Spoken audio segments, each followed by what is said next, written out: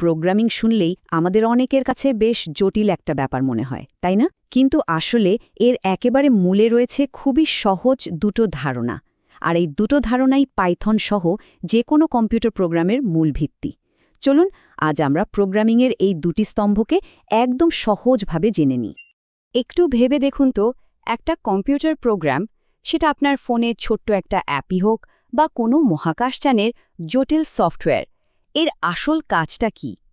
এই একটা প্রশ্নের উত্তর জানলেই প্রোগ্রামিংয়ের পুরো রহস্যটা আমাদের কাছে পরিষ্কার হয়ে যাবে। উত্তরটা আসলেই খুবই সহজ, মাত্র দুটো কাজ। প্রত্যেকটা প্রোগ্রাম কিছু তথ্য বা ডেটা ম্যানেজ করে, আর সেই ডেটার উপর ভিত্তি করে কিছু নির্দেশ বা অ্যাকশন ফলো করে। যেমন ধরুন, একটা ক্যালকুলেটর অ্যাপ প্রথমে সংখ্যা মানে ডেটা নেয়, আর তারপর যোগ বা বিয়োগ করার অ্যাকশনটা নেয়। একটা ছাড়া অন্যটা কিন্তু পুরোপুরি অচল। এটাই হলো প্রোগ্রামিংয়ের একেবারে মূল ভিত্তি। তো চলুন দেখে নিই আজকে আমরা কি বিষয় নিয়ে কথা বলবো। প্রথমে আমরা প্রোগ্রামিংয়ের এই দুটো স্তম্ভ নিয়ে আলোচনা করব। তারপর ডেটা হ্যান্ডলিং আর ফ্লো কন্ট্রোলকে একটু বিস্তারিতভাবে দেখব। আর সবশেষে দেখব কিভাবে এই দুটো জিনিস একসাথে মিলেমিশে কাজ করে। আচ্ছা, তাহলে চলুন আমাদের প্রথম স্তম্ভ অর্থাৎ ডেটা দিয়ে শুরু করা যাক। ডেটাকে আমরা একটা প্রোগ্রামের কাঁচামাল হিসেবে ভাবতে পারি। ঠিক যেমন একটা বাড়ি বানাতে ইট, বালি, সিমেন্ট লাগে, তেমনি একটা প্রোগ্রাম বানাতে ডেটা ছাড়া কোনো উপায়ই নেই। সব কাঁচামাল তো আর একরকম হয় না, তাই না? কিছু ডেটা হলো সংখ্যা, কিছু হলো টেক্সট বা লেখা, আবার কিছু হলো অনেকগুলো তথ্যের একটা লিস্ট। ডেটা টাইপ ঠিক এই কাজটাই করে। এটা প্রোগ্রামকে বলে দেয় যে কোন ডেটাটা কী ধরনের। এটা অনেকটা জিনিসের ওপর লেবেল লাগিয়ে দেওয়ার মতো, যাতে কম্পিউটার সহজেই বুঝতে পারে যে কোনটা নিয়ে কিভাবে কাজ করতে হবে। এখন ডেটার মধ্যে একটা খুব গুরুত্বপূর্ণ পার্থক্য আছে, যেটা আমাদের বুঝতে হবে। কিছু ডেটা আছে যেগুলোকে আমরা বলি মিউটেবল বা পরিবর্তনীয়, মানে এগুলো তৈরির পরেও বদলানো যায়, ঠিক যেন একটা হোয়াইট বোর্ডে কিছু লেখার মতো, যা আমরা মুছে আবার লিখতে পারি। আর কিছু ডেটা হলো ইমিউটেবল বা অপরিবর্তনীয়, যা একবার তৈরি হয়ে গেলে আর বদলানো যায় না, একদম পাথরে খোদাই করা লেখার মতো। এখন এই যে কাঁচামাল মানে ডেটা, এগুলো নিয়ে তো কাজ করতে হবে, তাই না?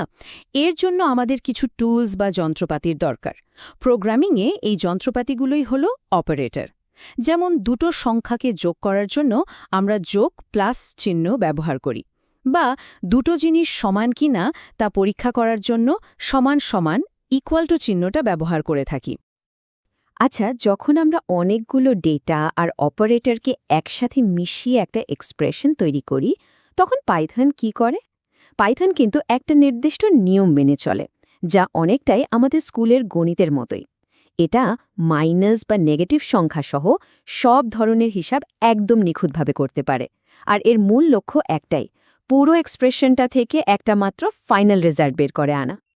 অনেক সময় এমন হয় যে আমাদের এক ধরনের ডেটাকে অন্য ধরনের ডেটায় বদলে ফেলার দরকার পড়ে।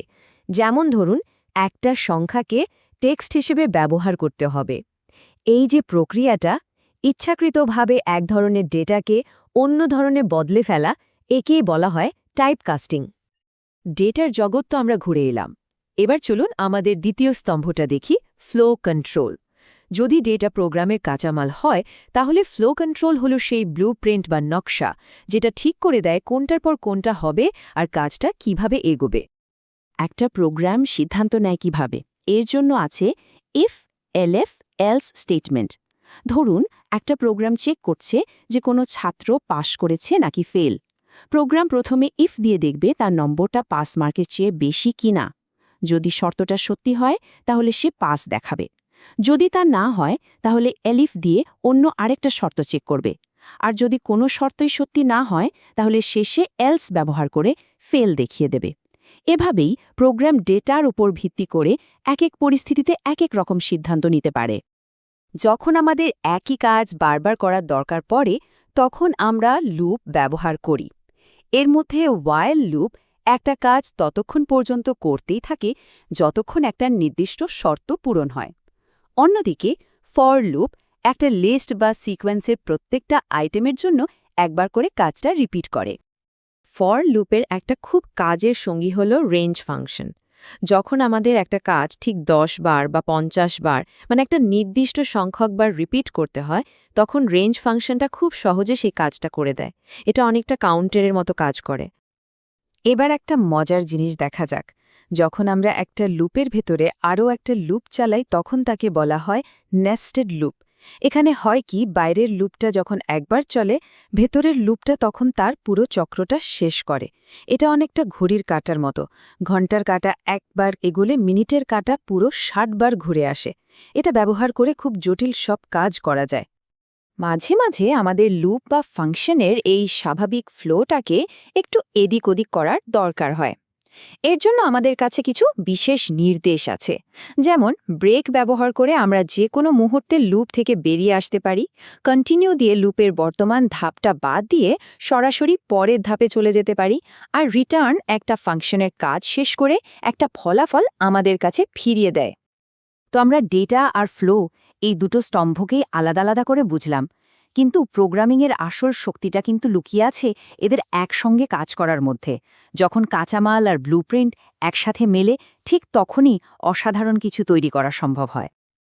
আর এখানেই লুকিয়ে আছে প্রোগ্রামিংয়ের সবচেয়ে বড় সত্যিটা। শুধু তথ্য বা ডেটা থাকলেই তো হবে না, যদি আমরা না জানি সেটা দিয়ে কি করতে হবে। ঠিক তেমনি শুধু নির্দেশ বা অ্যাকশন প্ল্যানও অর্থহীন যদি কাজ করার মতো কোনো ডেটাই না থাকে। এরা দুজন দুজনের উপর পুরোপুরি নির্ভরশীল। তাহলে সবশেষে প্রশ্নটা এটাই, শুধু এই দুটো মৌলিক স্তম্ভ, ডেটা ম্যানেজ করা আর ফ্লো কন্ট্রোল করা, এর ওপর ভিত্তি করেই কিন্তু আজকের দিনের সমস্ত জটিল সফটওয়্যার, গেম আর ওয়েবসাইটগুলো তৈরি হয়েছে। তাহলে একবার ভেবে দেখুন তো, এই দুটো জিনিসকে ভালোভাবে আয়ত্ত করতে পারলে কি কি অসাধারণ জিনিস তৈরি করা সম্ভব।